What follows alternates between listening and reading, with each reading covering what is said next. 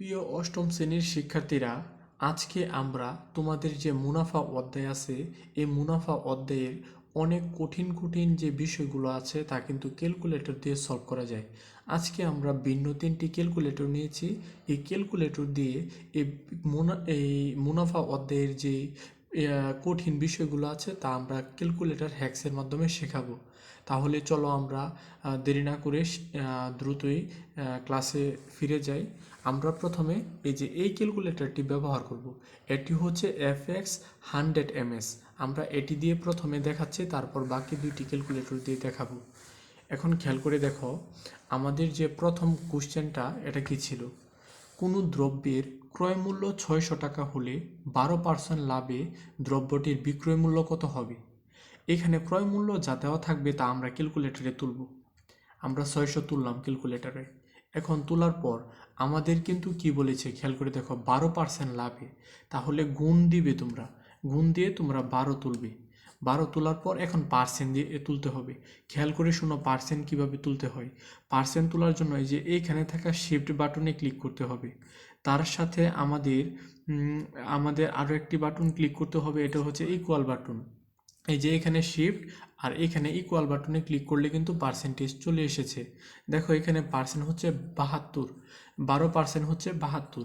এখন আমরা যদি বিক্রয় মূল্য বার করতে চাই, তাহলে এই যে এইখানে থাকা প্লাস বাটনে ক্লিক করব। ক্লিক করলে কিন্তু আমাদের পার্সেন্টেজটা চলে এসেছে। তাহলে আমাদের বিক্রয় মূল্য কত? আমাদের বিক্রয় মূল্য কিন্তু 672 টাকা। তাহলে এখানে উত্তর কিন্তু হয়ে যাবে ছোট ক। এখানে উত্তর কিন্তু হয়ে যাবে কিন্তু ছোট ক। এরপরের একটি প্রশ্ন নিয়ে আমি এখন এই ক্যালকুলেটর দিয়ে তোমাদেরকে দেখাবো। এখানে প্রশ্নটা ছিল এই যে এমন যে জুয়েল মিষ্টির দোকান থেকে 250 টাকা দরে 2 কেজি মিষ্টি কিনছে। তার মানে প্রতি কেজি মিষ্টি 250 টাকা দিয়ে কিনছে 2 কেজি মিষ্টির জন্য। তাহলে মোট খরচ হবে কত? 500 টাকা। ঠিক আছে, 500 টাকা খরচ হবে। এখন বলছে যে এই মোট টাকার উপর 4% ব্যাট বসানো হয়েছে। ব্যাট বসালে তার মোট কত টাকা খরচ হয়েছিল জিনিসটি কেনার জন্য 4% ব্যাট সহ। এখন খেয়াল করে শুনো, 500 টাকার উপর তার 4% ব্যাট দেওয়া লাগছে। তাহলে 500 টাকা লিখলাম, গুণ, যেহেতু 4% ব্যাট বসানো হয়েছে এই যে 4 দিব। তারপর আমাদের কি করতে হবে? আমাদের পার্সেন্টেজটি দিতে হবে। কিভাবে পার্সেন্টেজ দেব? এই যে এখানে শিফট আর এখানে ইকুয়াল বাটনে ক্লিক করলে কিন্তু পার্সেন্টেজ চলে এসেছে। এখন আমাদের কিন্তু বলছে মোট কত খরচ হয়েছে। মোট খরচ বের করার জন্য আমরা এখানে থাকা প্লাস আইকনে ক্লিক করলে কিন্তু মোট খরচটা চলে এসেছে। মোট খরচ হচ্ছে 520 টাকা। আশা করি তোমরা বুঝতে পেরেছ। এই দ্বিতীয় প্রশ্নটির উত্তর হয়ে যাবে কিন্তু 520 টাকা। এখন এরপরের একটি প্রশ্ন নিয়ে আমরা আলোচনা করব। এরপরের যে প্রশ্নটা এটা ছিল এই যে এমন, প্রতি ডর্জন আপেল এর ক্রয় মূল্য 150 টাকা হলে 20% লাভে এক হালি আপেলের দাম কত? এক হালি, তাহলে প্রতি একটি ডর্জনের মধ্যে কয় হালি থাকে? একটি ডর্জনের মধ্যে কিন্তু 3 হালি থাকে। তাহলে 3 হালির দাম যদি হয় 150 টাকা, তাহলে এক হালির দাম কত হবে? এক হালির দাম কিন্তু 150 ভাগ 3, অর্থাৎ 50 টাকা হয়ে যাবে। আমরা এতটুকু বুঝতে পারলাম। এখন বলছে যে 20% লাভে এই 50 টাকা থেকে সে 20% লাভ করবে। লাভ করলে এক হালি আপেলের দাম কত হবে? তাহলে আমরা এই যে 50 লিখে এটার 20% দেখি কত আসে। 50 গুণ 20%, এই যে আমরা 20 তুললাম। তারপর পার্সেন্টেজ কিভাবে দেব? এই যে এখানে থাকা শিফট বাটন আর এখানে থাকা ইকুয়াল বাটনে ক্লিক করব। আমাদের কিন্তু চলে এসেছে 10 টাকা।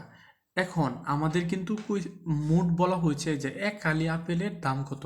তাহলে আমাদের কিন্তু মোট দামটা বের করতে হবে। এটা কিন্তু বের হয়েছে লাভ। 20% লাভে 50 টাকা 10 টাকা আসবে। তাহলে এখন আমরা মোট দামটা বের করার জন্য আমরা এখানে প্লাস বাটনে ক্লিক করব। এই কিন্তু উত্তর চলে এসেছে 60 টাকা। আশা করি তোমরা বুঝতে পেরেছ। এরপরে আরও একটি প্রশ্ন আমি তোমাদের সামনে নিয়ে আসছি। এই যে এখানে দেখো আরও একটি প্রশ্ন দিলাম, যে এমন দিলাম যে 1050 টাকার 8% সমান সমান কত টাকা? এটা আশা করি তোমরা খুব সহজে বার করতে পারবে। প্রথমে তোমরা যে কাজটি করবে, তোমরা 1050 ক্যালকুলেটারে লিখবে। তারপর তোমাদের কত বলেছে? তোমাদের কিন্তু বলেছে যে 8% সমান সমান কত টাকা। তাহলে 1050 গুণ গুণ দিবে, গুণ দেওয়ার পর 8 লিখবে। 8 লেখার পর আমি কিন্তু তোমাদেরকে অলরেডি শিখিয়েছি কিভাবে পার্সেন্টেজ বার করতে হয়। এই যে এখানে থাকা শিফট আর এখানে ইকুয়াল বাটনে ক্লিক করলে পার্সেন্টেজ, দেখো 1050 টাকার 8% হচ্ছে 84 টাকা। তাহলে এখানে উত্তরটা আশা করি তোমরা বুঝতে পারবে। এই যে এখানে উত্তর কিন্তু 84 টাকা হয়ে যাবে। ধন্যবাদ সবাইকে। আমরা এইভাবে এই FX 100 দিয়ে আমরা এভাবে সকল ধরনের মুনাফার যে MCQ গুলো আছে বা SQ গুলো আছে আমরা সলভ করতে পারবো।